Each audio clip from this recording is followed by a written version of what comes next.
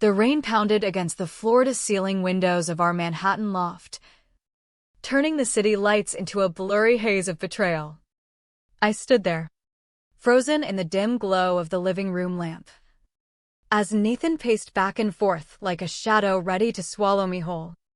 His words still echoed in my ears. Sharp and final, call off the wedding, Emily. Or I'll make sure you regret every moment we've shared. The scotch in his glass swirled with each step. But his eyes, those piercing blue eyes that once made me feel seen, now held something colder. Something desperate. I'd known Nathan Brooks for 2 years. Met him at a gala in the financial district where his family's name opened every door. He was the heir to Brooks Holdings, a dynasty built on Wall Street deals and whispered influence.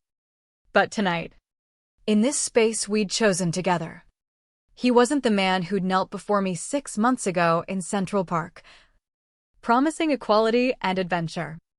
No, this was someone else. Someone cornered. You're serious, I whispered, my voice barely cutting through the storm outside. He stopped pacing, turning to face me with a look that twisted my gut fear, masked as resolve.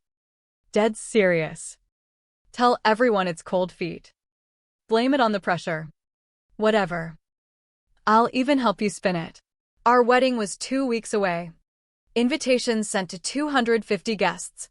His mother's Hamptons estate already transformed into a vision of white orchids and crystal. And now this? This is about my job at Summit Advisors. Isn't it? Your father's been circling us for acquisition for months. His jaw tightened. But he said nothing. Just set his glass down with a clink that felt like a warning. It's bigger than that. Emily. I'm trying to protect you. Protect me? The word hung heavy, laced with lies. Lightning flashed, illuminating his face. And in that split second, I saw it, the truth he was hiding. Not for my sake, but for his family's empire. Get out, I said. My hands trembling, but my voice steady. He left without another word, the elevator doors sealing him away like a bad dream. Alone.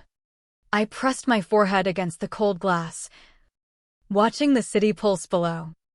At 29, I'd clawed my way from a modest upbringing in Albany, daughter of a librarian and a mechanic, through scholarships to Columbia Business School. Nathan had seemed like the missing piece. But now I knew I was just a pawn in a game I hadn't signed up for. The next morning, sunlight filtered through the blinds of my office at Summit Advisors. But it did nothing to chase away the chill from last night. I stared at a photo on my desk, us at the engagement party. His arm around me, my hand flashing the antique diamond ring. We looked untouchable. But doubt gnawed at me like an old wound reopening. Why push me out now? My phone rang, Nathan's father. Victor Brooks. His voice was smooth, polished from decades of boardroom battles. Emily. Dear. I hear there was a misunderstanding last night. Nathan gets passionate. Join me for lunch at the Yale Club. Noon. It wasn't optional. I spent the hour before digging through shared files on our home cloud, mundane at first. Trip plans. Love notes. Then I found it, an encrypted draft labeled Project Athena Merger Protocol. Metadata linked it to Brooks Holdings and Summit. Revisions flying back and forth. My heart raced. This wasn't just business. It was infiltration. At the club, Victor sat in a leather booth, slicing his steak with precision. You're a brilliant analyst, Emily. That's why Nathan chose you. I forced a smile. I thought it was more than that. He leaned in, eyes like steel. In our world, love needs alignment. Summit has data on our international ventures, data that could be misconstrued by regulators. The pieces snapped together. My promotion to lead analyst had given me access to sensitive files, ones that exposed Brooks' shady offshore dealings. You want me to leak information? Betray my team? His smile didn't reach his eyes. Align interests. Sign this prenup. Marry Nathan. And facilitate the merger. Or Summit faces SEC scrutiny, tips traced back to you. The document he slid over was a trap, clauses granting them access to my emails. Devices. Everything. They'd been grooming me, framing me as the fall guy if I resisted. Rage simmered beneath my calm facade as I left. The New York bustle a stark contrast to the suffocating web they'd spun. They saw me as disposable. But they'd awakened something fierce, a quiet resolve born from years of being underestimated. That evening, at the Brooks' Upper East Side townhouse, I played the part during family dinner. The place reeked of old money, marble floors, original Warhols on the walls. Victor's wife, Eleanor, greeted me with air kisses, her perfume cloying. You look radiant, dear, though a tad strained. The table held the whole clan, Victor presiding, Eleanor fluttering, Nathan's sister Lila with her banker husband, and Nathan himself, avoiding my gaze. Conversation flowed like poison, merger talks veiled as chit-chat. Then Eleanor slipped, "Excuse me.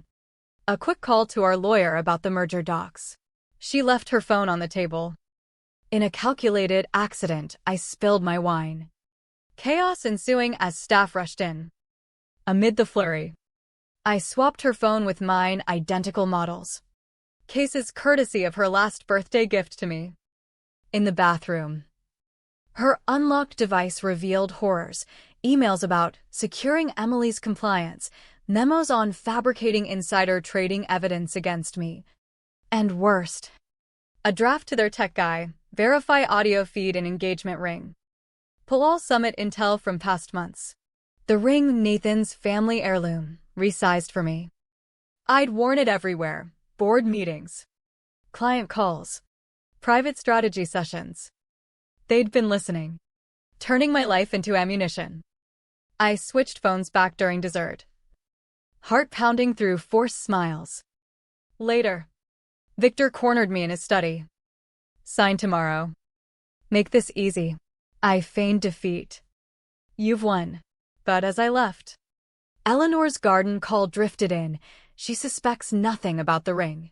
Driving home, the betrayal burned deep, a silent wound festering into fury. They thought silence was submission. I'd make it their undoing. Back in the loft, under a magnifying glass, I examined the ring.